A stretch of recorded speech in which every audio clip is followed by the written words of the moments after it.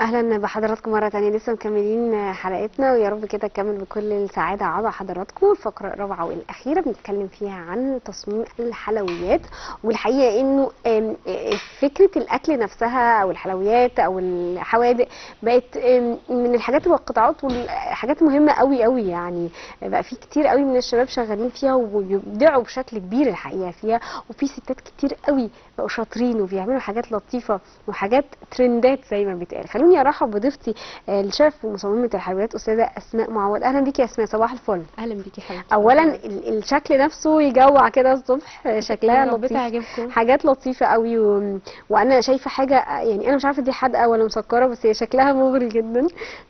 الصغيره الفتة السينابون ولا البيتزا؟ لا الكبير، بيتزا دي بيتزا. بيتزا. انت جايبه مسكر كله، فانا شكيت في لحظه انه ممكن تبقى حاجه تانية. لا دي بيتزا قلب علشان خاطر الفالنتين. ده العيد الحب المصري يعني. خليني ابدا معاكي يا اسماء، انت بداتي الموضوع ده ازاي؟ اتعلمتيه ولا دي هوايه ولا ايه؟ لا الحقيقه انا اتعلمته من الفيديوهات اللي على اليوتيوب. انا في الموضوع ده بقالي 4 سنين او لا 6 سنين الحقيقه. ما شاء الله 6 سنين. بدات الاول ان انا بصراحه انا عاشقه للحلويات، بحبها جدا. كنت بعمل كتير وبحاول اعمل كتير للبيت عندي، وبعدين وبعمل لجيراني ولاصحابي وكده. وبعدين فجأة بقى صاحبتي اقترحت عليا ان ممكن يعني استثمر الموضوع ده يبقى استثمار بقى، اني اعمل جروب او كده، واقترحت الموضوع على جوزي. الحقيقه هو في الاول رفض شويه، بس بعدين اقتنع بالموضوع. لما لقاني حابه الموضوع واني مش هيعطلني ومش هيتعبني. فالحقيقه اقتنع ووقف جنبي كمان. طيب انت بتقولي اتعلمتي من اليوتيوب، بس في حاجات صعبه، يعني السينابون ده صعب انه اتعلمه من اليوتيوب. يعني بصي مفيش حاجه صعبه لو انت عايزه. لو عايزه تتعلمي ده هتجربيها مره واثنين وثلاثه لحد ما هتظبط معاكي. فلا الموضوع مش صعب خالص على حد عاوز. طيب احنا معانا النهارده ايه ده؟ معانا لو انا شايفه صح في كوكيز وفي سابلي وفي بسكوت، في غريبه. يعني انا مش عارفه، انا جبت تشكيله من تشكيله الحلويات اللي عموما بنستخدمها طول الوقت. يعني قلت افكركم بالعيد. لا وعلى فكره في ناس يعني بتشتريها طول السنه، يعني ما في احتفالات، خطوبه، يعني اعياد ميلاد، اوقات كتير خلاص الموضوع بقى ترند يعني فعلا. لان كمان احنا شغالين على النت، الحاجات دي مطلوبه طول الوقت. يعني هو طبعا في اصناف عليها طلب اكتر، بس طبعا طول السنه الحاجات دي شغاله. طيب ندخل في حاجه. اولا انت متخصصه فقط في الحلويات ولا لا ليكي علاقه بالطبخ عموما؟ يعني لا الحقيقه بحب الطبخ برضو، وبعمل اكلات كتير حلوه الحقيقه. لكن اكلات ليها علاقه بمشروعك ولا انا مشروعي حلويات بس؟ لا حلويات بس بصراحه. بينقسموا الحلويات لاتنين، شرقي وغربي. اظن ان انت غربي. بالظبط. انا فاشله جدا في الشرقي، يعني ممكن احاول اعمله، بس الحقيقه انا مش بحبه، مش من هواته قوي. يعني انا بحب الحاجات اللي ليها شكل. مين اصعب، شرقي ولا غربي كشيف؟ مين ايه اصعب في التنفيذ؟ مش عارفه، بس حاسه انه لا الموضوع هيبقى سهل لو انا يعني دخلت فيه. حابه الموضوع، لو انا حباه او دخلت فيه. هو الاثنين سهلين، بس انا حبيت اكتر الموضوع ميول. يعني انا ملت اكتر للموضوع ده للغربي، اللي بيبقى فيه اكتر معجنات وكده، يعني صح كده. طيب بتطوري نفسك ازاي؟ يعني انا تخيلت مثلا ان انت ممكن تقولي لا انا رحت درست في ورشه معينه، رحت اكاديميه معينه، لان الورش دي منتشره جدا دلوقتي فعلا. وفي شيفات كتير كبار بيدوا كورسات. بس انا بصراحه انا هاويه. فكرت اني اخد كورسات، بس يعني حسيت ان انا لو جربت اليوتيوب، جربت فيديوهات كتير، لقيت الموضوع بيمشي معايا الحمد لله حلو. يعني ممكن مثلا اول مره تطلع تمام وشكلها حلو، بس طعمها مش قوي، اجربها مره تانية الاقيها طلعت بيرفكت كويس. فحسيت ان انا مش محتاجه، او انه مش دلوقتي يعني. طيب اسماء، انا عايزه اعرف حاجه ايه اقرب واسرع حاجه ممكن لو جات لك تنفذيها والموضوع بالنسبه لك سهل قوي؟ البسكوتات كلها بحبها جدا، بحب شغلها قوي، لان هي فيها بتاخد وقت كتير قوي. تاخد وقت، بس هي فيها فكره. انت بتعملي الحلويات والبسكوتات دي، انا بحس ان انا كاني بلعب. يعني انا بجرب بعمل حاجه مختلفه. كاني بعمل اشكال كده زي الولاد الصغيرين.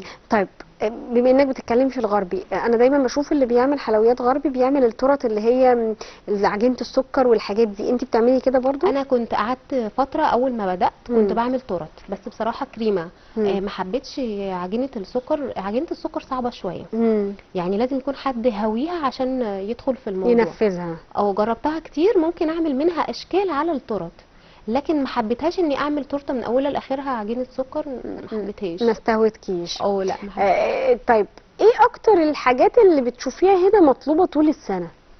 بصي السابليه وبسكوت القهوه، كوكيز القهوه ده اكتر حاجتين ممكن يطلبوا مني جدا. ده جديد. كوكيز القهوه الصغير ده. بس الحاجات يا جماعه شكلها مغري قوي. شكلها لطيف قوي. المناسبات بقى، قولي لي الدنيا بتبقى عامله ازاي معاكي في المناسبات؟ يعني لو عندي مناسبه وحد طالب شغل، يعني لا مثلا فالنتاينز، كريسماس داخل علينا، هي بتفرق بس في اشكال ولا انواع حاجات؟ لا هي نفس المنتجات اللي بعملها، بس بتفرق بس في الاشكال. يعني ممكن مثلا في الكريسماس اعمل اشكال للسابليه، مثلا شجره كريسماس، اعمل مثلا الدبدوب الصغير ده، التلج، الحاجات دي بس. لكن الفكره نفسها واحده. بالظبط. طب ايه وداكي بقى من السابليهات والسينابون للبيتزا؟ البيتزا والسينابون، الصنفين دول اصلا انت فكره البيتزا اللي على قلب دي لوحدها دي كفايه بالنسبه لي، شكلها لوحده كده يعني لو اتنين بيحتفلوا في البيت ومش محتاجين حاجه اكتر من شكل البيتزا القلب. وفي اعياد الميلاد كمان بيطلب الميني بيتزا النقانق، يعني الصغيره دي نقانق. ممكن كمان في ميني معلش عفوا، نقانق بمعنى ايه؟ ان هي مقفوله عليها والحشوه جوه؟ ان هي بتبقى مثلا سوسيس او فراخ او كده، بتبقى صغيره، بتبقى حلوه صغننه كده. في اعياد الميلاد دي بتبقى حلوه وعمليه للاطفال الصغيرين. طبعا. عشان انا خدت بالي من حاجه، انت عملتي البيتزا دي في قالب البسكوت او قالب الكيك اللي هو المضلع القلب، صح؟ شفتي بقى؟ شفتي بقى؟ عشان شفتي الحاجه الوحيده اللي فهمتها في الموضوع. سهله بالنسبه لك الحاجات اللي فيها عجين؟ يعني واضح انا واخده بالي انه اللي فيها عجين فيها زي كرواسون، تقدري بقى تعملي معجنات باتيه بالكرواسون الحاجات دي؟ هي بتاخد وقت علشان بتخمر طبعا، بتاخد وقت، بس هي سهله جدا. يعني انا حابه الموضوع، فبالنسبه لي بعمل الحاجات دي وانا مبسوطه، وكمان انا بحس ان شغلي بيخرج طاقه. يعني بس في اسماء ناس كتير تقول لك انا هشتغل شغلانه كمان ليها علاقه بالبيت والمطبخ تاني، يعني او بالطبخ تاني. ما هي بقى بترجع للميول. يعني في حد بيبقى حابب المطبخ، انا بحب المطبخ جدا بتفاصيله كلها. يعني حتى الطبخ بتاع البيت العادي، الاكل بحبه جدا برضه، بحب اطبخ. لو حبيتي تحولي من مصممه حلويات او شيف حلويات الى حاجه تانية في الاكل، هتروحي فين اقرب حاجه؟ ممكن اعمل اكلات عادي، اكلات بيت. اقوى حاجه ممكن تعمليها بس انا حابه الحلويات اكتر. يعني ايوه لو في يوم من الايام هتطوري، هيبقى عندك بقى فرع، يعني ايه الحاجه تبقى مميزه فيها من الاكلات؟ مش عارفه، بس ممكن مثلا، يعني انا بالنسبه لشغلي ممكن اطوره بقى، اعمل اصناف جديده، ادخل بقى مثلا ادمج الشرقي. ممكن ادمج الشرقي لو عايزه اطور من شغلي. ادمج الشرقي، ممكن اعمل تورت، ممكن ادخل بقى في اشكال تانية بقى، واشوف فيديوهات مختلفه بقى. انا واضح ان انت مش رايحه غير في الحته دي. انا حباه كشغل. يعني انا بحب انا تخيلت تقولي لي مثلا اكتر اكله ممكن اعملها حلوه الجلاش، بما ان يعني واخد من نفس طبيعه الحاجات.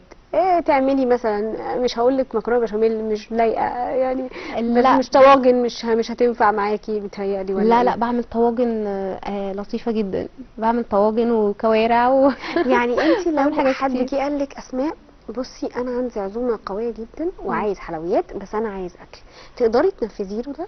ممكن لو حد غالي عليا ممكن، لكن لو كشغل هيبقى صعب اني ادمج بين الاثنين، لان انا برضو بخاف انه شغل الحلويات انا لما بيكون عندي اوردر كبير مثلا مناسبه، ما اقدرش في اليوم ده اعمل اكل يعني في دبكه، في روايح سمك مثلا او طبعا حاله.